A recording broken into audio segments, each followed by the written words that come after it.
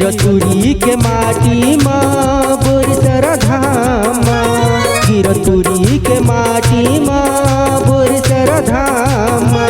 लहर लहर लहरागे सादा के झंडा जोड़ा जैते खामा, सादा के झंडा जोड़ा जैते खामा।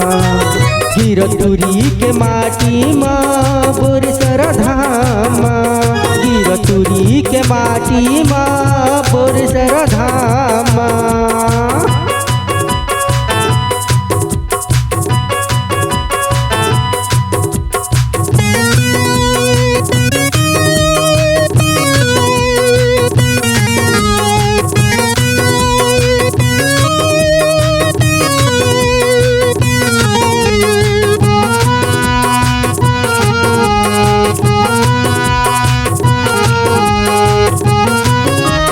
सबसे ऊपर बने गुरु तोर निशानी, मूला लिख लागे बाबा तोरे ग्रंथ आऊ बानी। छल छल छल कथे जोग नदी के पानी, तही तो हवस बाबा ज्ञान के दानी।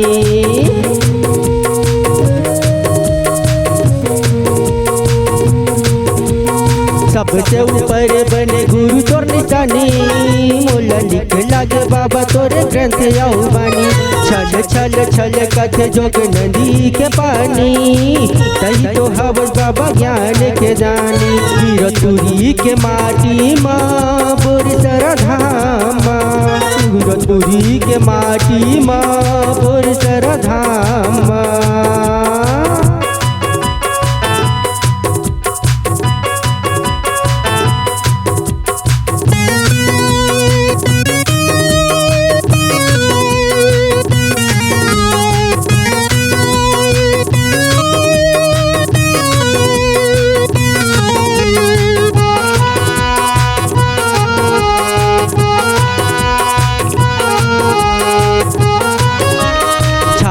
पहाड़ है सत्य के निशानी, सतपुर दिए अमर सत वरदानी।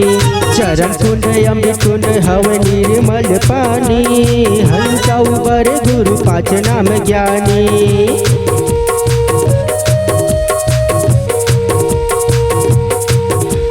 छाता पहाड़ है सत्य के निशानी, सतपुर दिए अमर तक वरदानी। चरण कुंड अमृत कुंड हव निर्मल पानी, हंसा उबर गुरु पाँच नाम ज्ञानी। गिरतुरी के माटी माँ बोर सरधामा, गिरतुरी के माटी माँ बोर सरधामा। लहर लहर लहरागे सादा के झंडा जोड़ा जैते खामा, सादा के झंडा जोड़ा जैते खामा, सादा के झंडा जोड़ा जैते खामा, सादा के झंडा जोड़ा जैते खामा।